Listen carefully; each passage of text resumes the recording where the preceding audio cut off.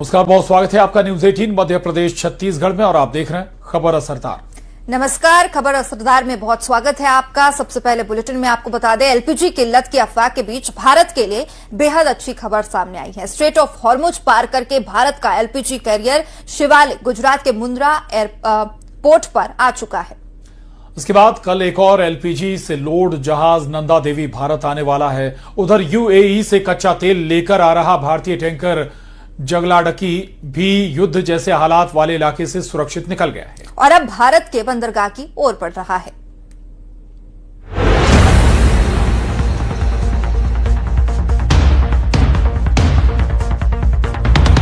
देश में तेल गैस की संकट की अफवाहों के बीच लगातार हॉर्मुज स्ट्रेट से तेल और गैस लेकर भारतीय जहाजों का लौटना जारी है।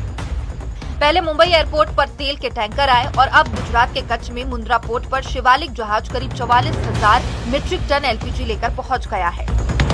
इजराइल, अमेरिका और ईरान के बीच चल रही जंग के बीच स्ट्रेट ऑफ हॉर्मुज से निकलकर जब भारत का शिवालिक जहाज मुंद्रा पोर्ट की तरफ बढ़ रहा था तो समंदर में इंडियन नेवी इसे स्कॉट कर रही थी।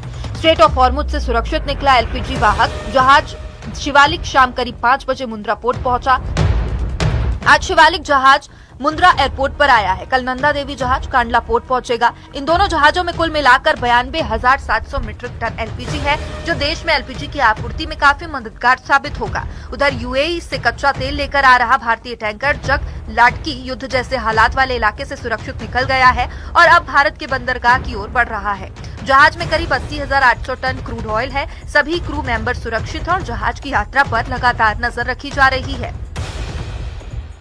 The Indian flag vessel Jagladki, which sailed from UAE on 14th of March, it is carrying about 81,000 of Murban crude oil, is safely en route to India, and it has this vessel and all Indian seafarers are on board are safe. They'll be reaching tomorrow at Mundra port.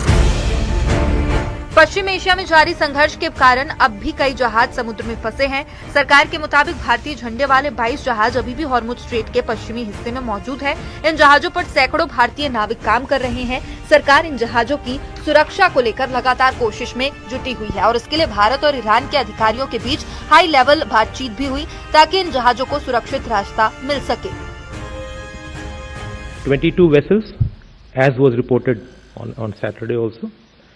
22 Indian flag vessels with 611 Indian seafarers remain in the west of the Strait of Hormuz in Persian Gulf, and DG Shipping continues to closely monitor the situation in coordination with ship owners, the recruitment and service licensee, and Indian missions in the region. इस बीच सरकार ने PNG को बढ़ावा देने पर जोर दिया। नया पीएनजी कनेक्शन लेने पर 500 रुपए की छूट दी जाएगी।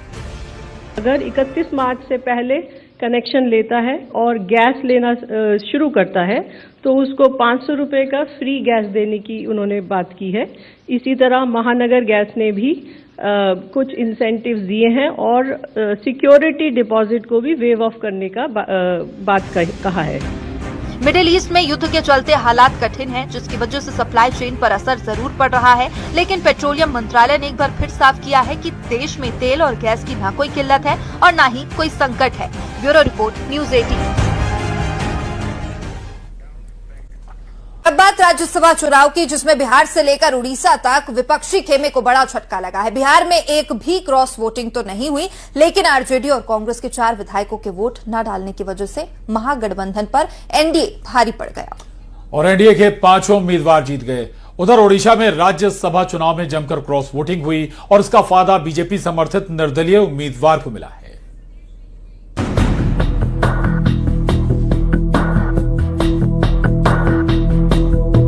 राज्यसभा चुनाव में विपक्ष को एक बार फिर बड़ा झटका लगा है। विपक्ष अपना कुनबा नहीं संभाल पाया और विपक्ष के उम्मीदवार को उनके ही विधायकों ने हरा दिया। विपक्ष की सबसे बड़ी हार बिहार में हुई। विधानसभा चुनाव के बाद बिहार में एनडीए को एक और बड़ी जीत मिली है और महागठबंधन को बड़ा झटका। राज्यसभा चुनाव में एनडीए के 5 उम्मीदवार जीत गए। देखिए, ये परिणाम अपेक्षित था, हम लोग मान के चल रहे थे और मैं तो लंबे समय से कह रहा था कि 5 की 5 सीट संख्या हमारे पास है। बिहार के मुख्यमंत्री नीतीश कुमार, बीजेपी के राष्ट्रीय अध्यक्ष नितिन नवीन, केंद्रीय मंत्री रामनाथ ठाकुर और आरएलएम के उम्मीदवार उपेंद्र कुशवाहा की जीत तो पहले से पक्की थी। नीतीश कुमार को 44 वोट मिले, नितिन नवीन को 44, रामनाथ ठाकुर को 42 वोट और उपेंद्र कुशवाहा को 42 वोट मिले। गठबंधन के जिस तरीके से एक साथ लड़े और उसका रिजल्ट सामने में है, आप नंबर भी देख सकते हैं कि मुख्यमंत्री जी के सम्मान में या बीजेपी के राष्ट्रीय अध्यक्ष उनके सम्मान में 44 वोट पड़ा है और अन्य दो को 42। ये सब एक असेसमेंट करके ही सारा कुछ किया गया।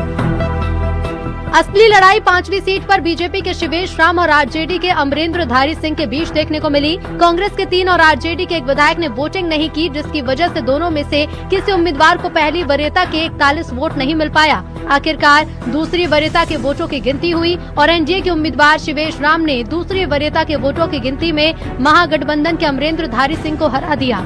बीजेपी के शिवेश राम को सबसे ज्यादा वोट मिले। 5 सीटों पर जीत के बाद एनडीए खेमे में खुशी की लहर है, जबकि महागठबंधन खेमे में मायूसी छाई है।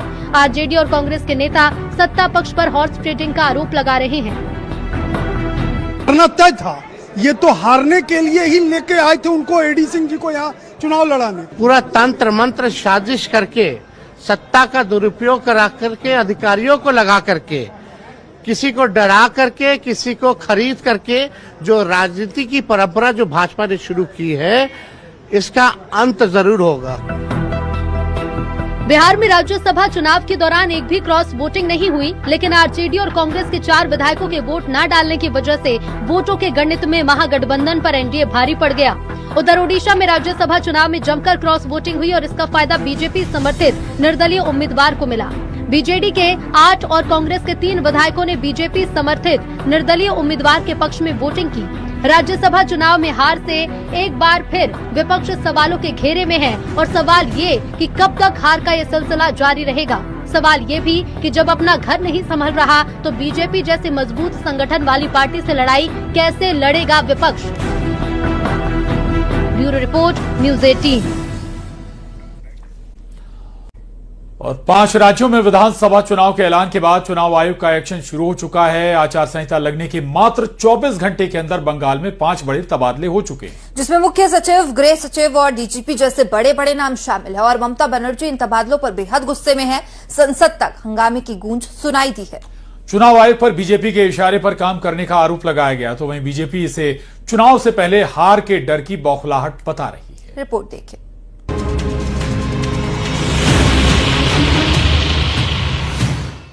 5 राज्यों में चुनावी बिगुल बज चुका है। असम, पश्चिम बंगाल, तमिलनाडु, पुडुचेरी और केरल में चुनावी तारीखों का ऐलान हो चुका है, लेकिन सबसे बड़ा एक्शन बंगाल में दिखा है। चुनाव की घोषणा के मात्र 12 घंटे के भीतर देर रात 4 बड़े अधिकारियों के तबादले हो गए और 24 घंटे पूरे होने से पहले पश्चिम बंगाल के डीजीपी का तबादला भी हो गया। कुल मिलाकर बंगाल में नए मुख्य सचिव, नए गृह सचिव, नए डीजीपी, कोलकाता के नए पुलिस कमिश्नर और नए डीजी लॉ एंड ऑर्डर ने मोर्चा संभाल लिया है। टीएमसी और दूसरे विपक्षी दल इस पर सवाल उठा रहे हैं। They have all the power to do it. They can also say I'm wearing a blue shirt and not a white shirt. Bengal में अधिकारियों के तबादले की गूंज संसद में भी सुनाई दी। संसद में यह मुद्दा उठाने के बाद टीएमसी सांसदों ने पूरे दिन के लिए सदन से वॉकआउट कर दिया। भारतीय जनता पार्टी चुनाव आयोग से मिलकर के बंगाल में अधिकारियों को हटा रही होगी, लेकिन बंगाल की जनता आदरणीय ममता बनर्जी जी को अच्छे वोटों से ऐतिहासिक जीत दिलाने का काम करेगी। 4 राज्यों का और 1 यूनियन टेरिटरी का अनाउंस किया है, पर जो कार्रवाई हो रही है तबादले की वो सिर्फ वेस्ट बंगाल में हो रही है। उधर बीजेपी इसे सामान्य चुनावी प्रक्रिया बताते हुए विपक्ष पर पलटवार कर रही है और आरोपों को चुनाव से पहले ही हार का डर करार दे रही है। महाराष्ट्र में जब चुनाव हुए थे, महाराष्ट्र को नया डीजीपी दिया था और महाराष्ट्र को नए चीफ सेक्रेटरी भी दिए थे। महाराष्ट्र में होने के बाद हमने उसको स्वीकारा और हम चुनाव के सामने गए। चुनाव आयोग मेरे जैसा लोग रहे तो मैं ममता बनर्जी को ही अपदस्थ करके पावर विहीन अभी भर चुनाव करवा दूं, क्योंकि ये सत्ता के बगैर चुनाव जीत नहीं सकती। ये तो सप्लायर बन गई पूरे देश में बांग्लादेशी मुसलमान, रोहिंग्या मुसलमानों को भेजने वाली। ऐसा नहीं है कि चुनाव आयोग का एक्शन सिर्फ पश्चिम बंगाल में ही देखने को मिला है। चुनाव आयोग ने असम के 5 जिलों में एसएसपी बदल दिए हैं। साथ ही तमिलनाडु में 4 आईपीएस अफसरों के तबादले किए गए हैं, लेकिन पश्चिम बंगाल में टॉप 4 अफसरों के तबादले ने विधानसभा चुनाव में विवाद, टकराव और सियासी तनाव की नई लकीरें खींच दी है। Bureau report, news 18।